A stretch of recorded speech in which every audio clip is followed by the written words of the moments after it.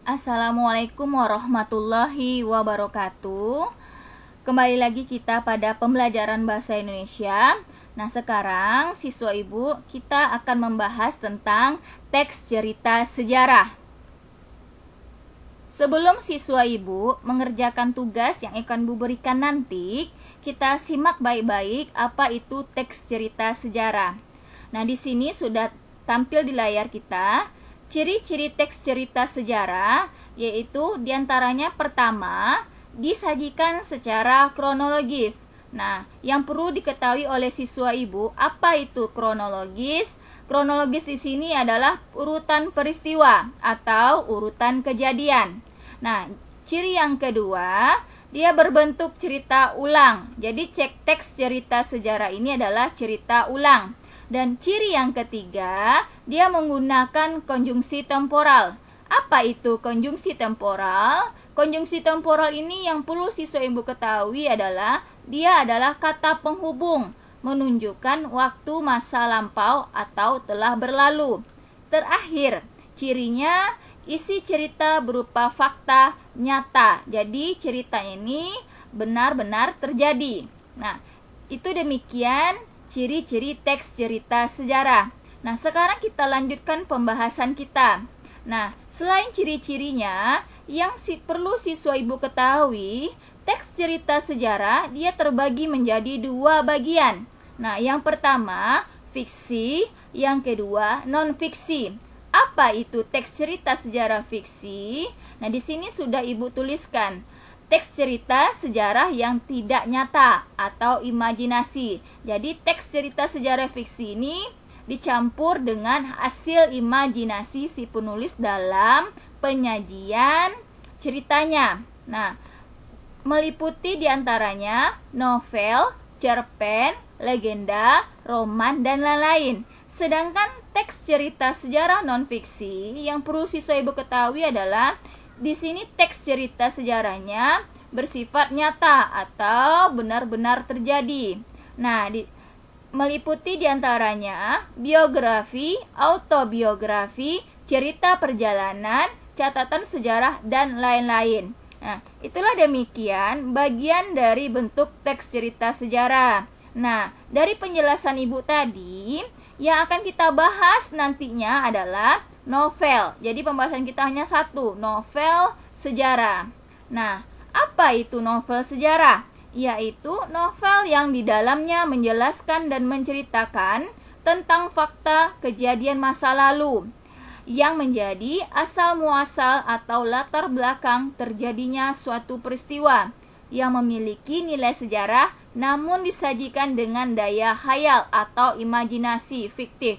Kesimpulannya, novel sejarah ini adalah cerita tentang fakta, berisi sejarah, tapi supaya lebih menarik penyajian ceritanya, si penulis menyajikan cerita ini dengan daya khayal atau imajinasi si penulis.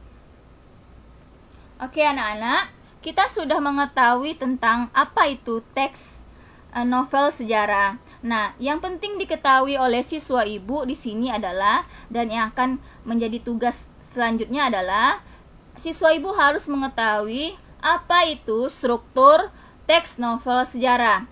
Nah, di peta konsep yang dibuatkan di sini bisa kita lihat sama-sama ada 6 strukturnya. Nah, yang pertama, orientasi. Nah, yang kedua, pengungkapan peristiwa. Yang ketiga, menuju konflik. Yang keempat, puncak konflik atau istilah lainnya, komplikasi. Yang kelima, resolusi. Dan yang terakhir, koda. Nah, sebagai penjelasannya, supaya siswa ibu lebih memahami apa maksud dari masing-masing struktur ini, ibu sudah membuatkan tanda panah di sebelahnya. Nah, yang dimaksud dengan orientasi bisa kita lihat sama-sama.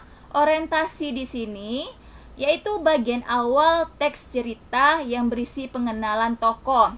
Dengan kata lain, orientasi ini berada di bagian awal paragraf dari teks tersebut. Jadi terletak pada paragraf pertama.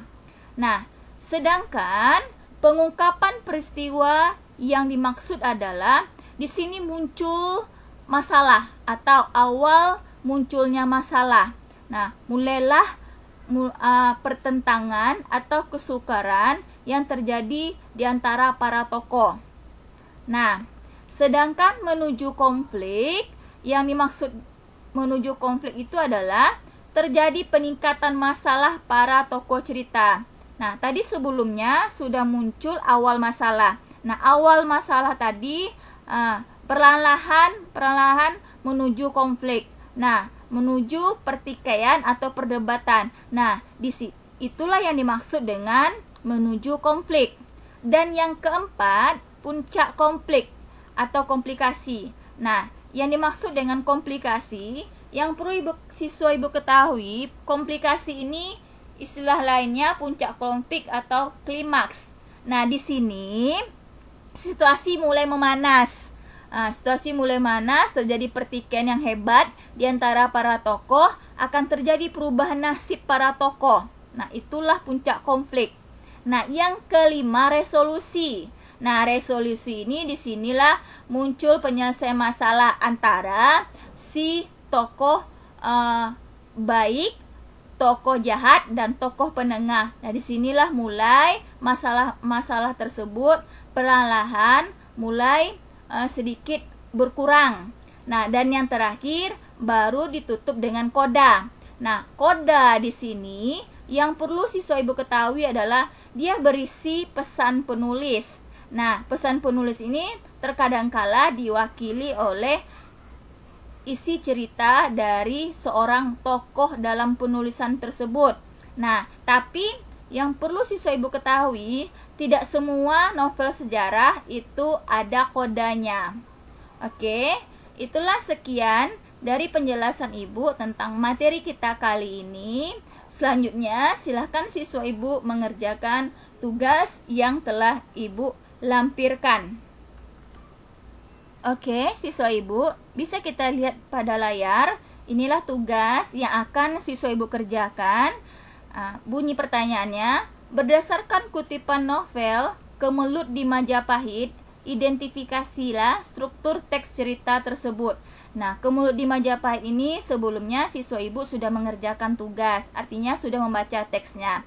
Kali ini siswa ibu menentukan strukturnya. Ini bentuk format tugasnya. Buat kutipannya, terus apa struktur dari kutipan tersebut, dan kenapa dikategorikan itu merupakan strukturnya, diisi dalam keterangan atau alasan. Oke, ini adalah teksnya Kemelut di Majapahit. Silahkan dibaca, dipahami dengan baik sehingga bisa menjawab soal dengan tepat.